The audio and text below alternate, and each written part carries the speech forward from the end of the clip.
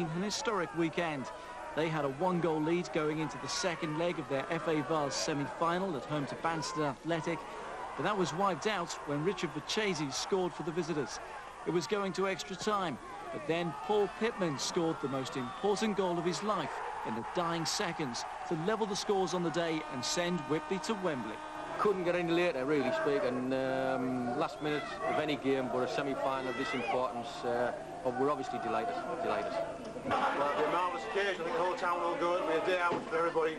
They'll all enjoy it, win or lose. Countdown starts now, does it? Correct. The celebrations are probably still going on. Whitby will take...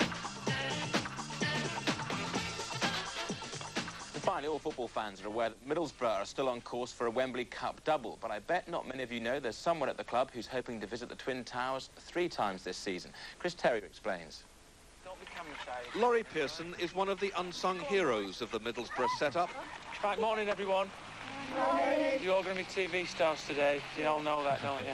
All right. As the club's football in the community officer, he organises sessions like this one for local children. No time for heroics here.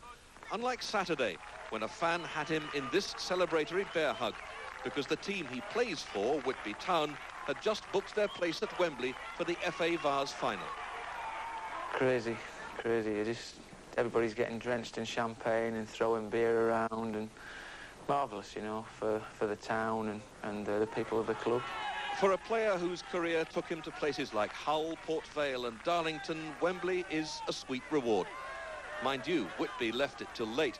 Paul Pitman's strike that restored their 1-goal advantage in the 2-legged semi-final only came 3 minutes from time. Now Laurie teases his friend, Borough's Danish star Mikkel Beck, that he'll be at Wembley before him. Because I'll be sampling that turf, son, before you. Won't I? Yeah, we'll see. I'm looking forward to it. While Whitby are already there in the Vase, in the FA Cup, Borough still have to get past Chesterfield, which just happens to be another of Laurie's old clubs. But if they do, it'll be 3 Wembley finals for their community. At the bottom end there at the moment, then. Well, the region was hoping for a Wembley double act in the FA Vase on Saturday. Sadly, Guisborough fell at the final hurdle, but Whitby are dreaming of the Twin Towers after an amazing day down by the seaside.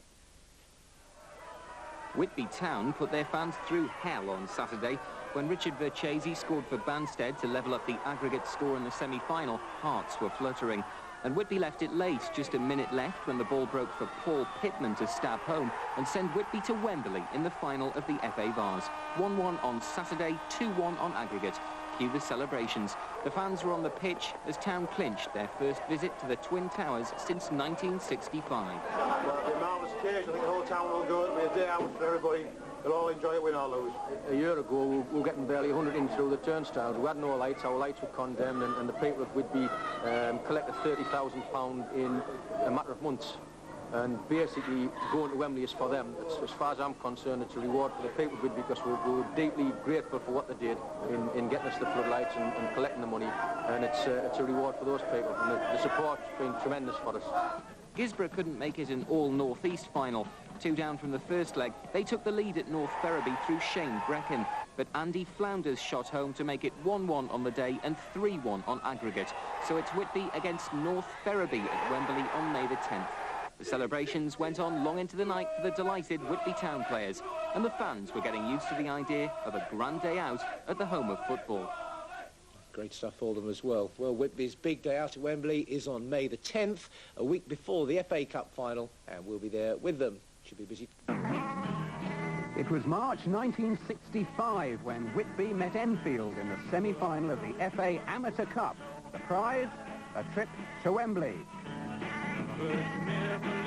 The game was played at Roker Park so that all the Whitby fans who wanted to see the action could get in.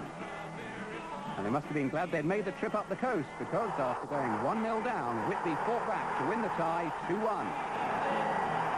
On the day of the final, the town was deserted. Over 5,000 Whitby fans, nearly half the population, went to Wembley to see the game against Hendon. For the 1965 FA Amateur Cup final. And Edwards. Despite this goal by Jimmy Mulvaney, Whitby went down 3-1, but the team returned home to a triumphant welcome. 32 years later, they've got a second chance to return to North Yorkshire with a trophy.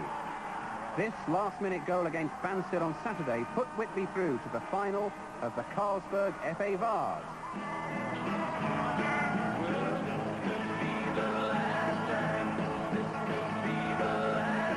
And this, I guess, is the post-match rehearsal for the obligatory Top of the Pops appearance.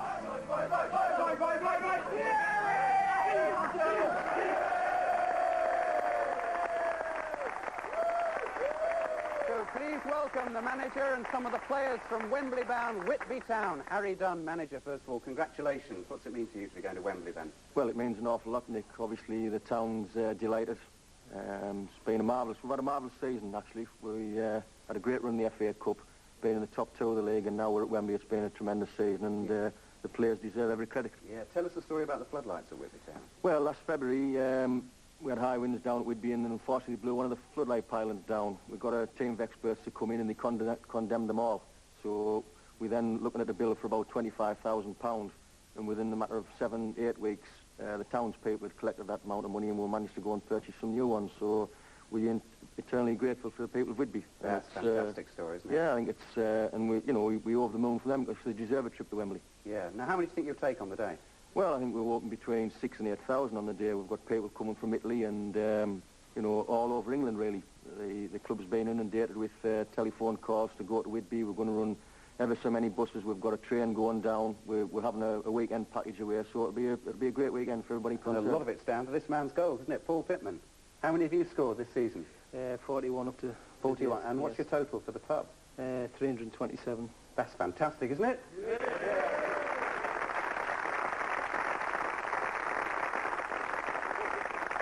What do you think your chances are on the day, Paul? Oh, I think, at the end of the day, it's a great chance for us to be there. I mean, we're at the final, that's the aim, but now it's the dream come true. I hope we come away with a cup. Yeah, and you beat Budge's lot in the FA Cup, didn't you? That's correct. But you couldn't score that day. I didn't, no, unfortunately, but yeah, we still got through. At the end of the day, they're a great bunch of lads.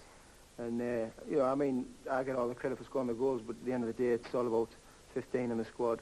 And if I get the goals, well, that's fair enough. But yeah, and double pressure on this man coming up to the final, isn't there? That's right, yeah. Go on, Kenny, tell us about it. Well, the wife, Jo, had a baby end of April, and I've had she's been doing the decorating this way. Mm-hmm. Quite right. A few bumpy roads will help as well, won't it? Yeah. So you want to have her sort of delivered before the final? Hopefully, yeah. Yeah, great stuff. And Graham, tell us, you've got a funny way of celebrating goals, haven't you? Well, just slightly. Well, let's have a look at it first of all. This is really weird, I tell you. Fishing, but there's a sign upon the door. Gone fishing. I'm real gone. You ain't working anymore. Could be. Gone fishing. What's that all about then? It was just basically in the change rooms beforehand. We just said, well, for all the supporters that have come all the way down, with Whitby being a big fishing village, just thought we'd cast the rods in and wheel in one of the players. And will you be doing it at Wembley? I hope not. Okay, Whitby Town, ladies and gentlemen. Good luck to you all. Good luck.